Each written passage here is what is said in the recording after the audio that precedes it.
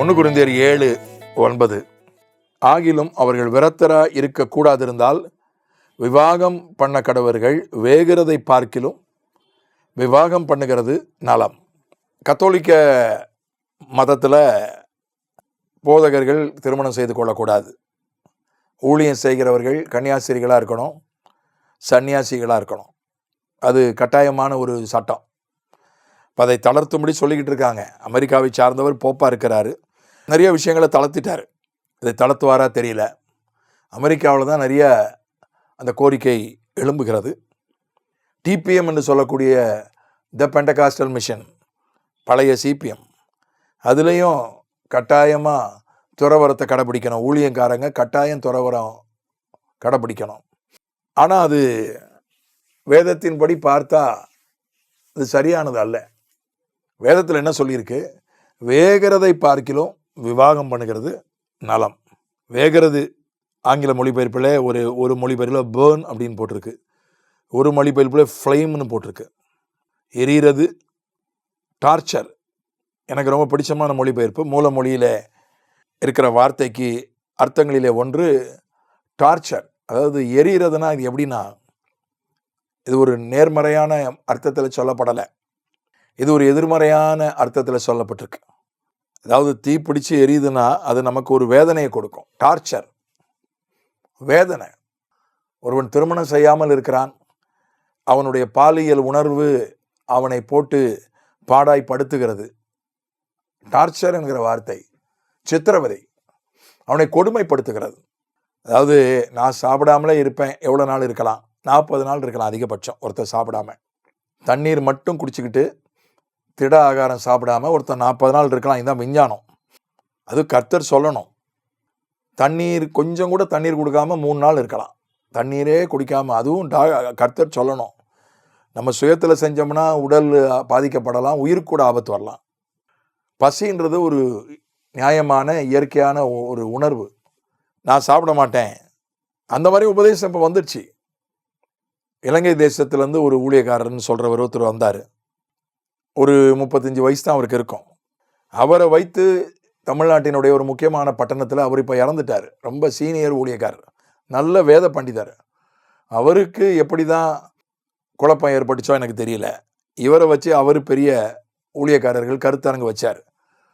அந்த இலங்கையிலேருந்து வந்த 35 வயசு ஊழியக்காரர் என்ன சொன்னார்? நீங்கள் சாப்பிட வேண்டிய அவசியம் இல்லை, நான் சாப்பிட்றதே இல்லை, நான் திருவிருந்து மட்டும்தான் எடுக்கிறேன், சாப்பிட்றதே இல்லை என்று சொன்னார். அது உண்மையை சொன்னாரா எனக்கு தெரியல. ஆனால் வேதத்தில் அப்படி இல்லவே இல்லை. அப்பத்தினால் அல்லன்னு போடலை, அப்பத்தினால் மாத்திரம் அல்ல. ஒவ்வொரு தேவனுடைய வார்த்தையினாலும் மனிதன் படைப்பான். அப்பத்தினால் அல்லன்னு போடலை, அப்பத்தினால் மாத்திரம் அல்ல. இயேசுவே இந்த பூமியில் மனிதனாய் வந்து வாழ்ந்த போது அவர் சாப்பிட்டார், நல்லா உணவு உட்கொண்டார்.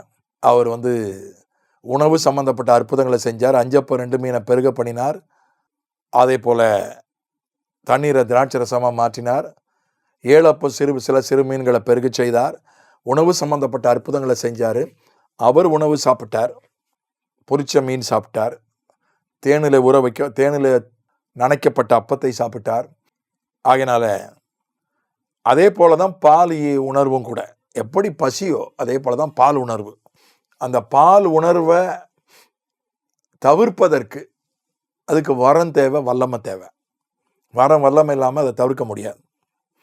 வல்லமை இல்லாதவங்க அதற்கான வரம், நான் வேற பொதுவான வரங்களை சொல்லலை, திருமணம் செய்வது நல்லது. இல்லைன்னா அந்த பால் உணர்வு ஒரு தீய மாதிரி எரியும். அப்படிதான் வேதம் சொல்லுது.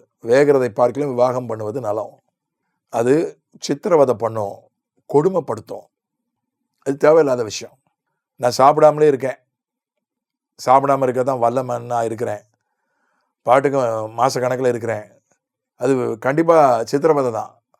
இல்லை, நான் தொடர்ந்து இல்லாமல் ஒரு நாளைக்கு ஒரு நேரம் மட்டும் சாப்பிட்டுட்டு மற்ற நேரம் பட்னியாக இருக்கிறேன், அது என்னென்ன சித்திரவதை பண்ணிக்கிறது தானே. பசிக்கும், அந்த அமிலம் ஜீரண சக்தியை ஜீரணத்தை உண்டாக்குகிற அந்த அமிலம் மேலே எரியும், வாயு தொந்தரவு வரும், அல்சர் போன்ற பிரச்சனைகள் வரும். தன்னைத்தானே சித்திரவதைப்படுத்திக்கிறது, தன்னைத்தானே கொடுமைப்படுத்திக்கிறது.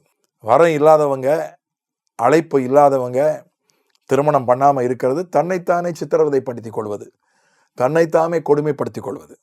ஆகவே எவ்வளவு அது தாமதமானாலும் பரவாயில்ல, உங்களுக்கு அந்த வரம் இல்லைன்னா நீங்கள் திருமணம் செய்ய முடிவெடுங்கள், ஜெபம் பண்ணுங்கள்.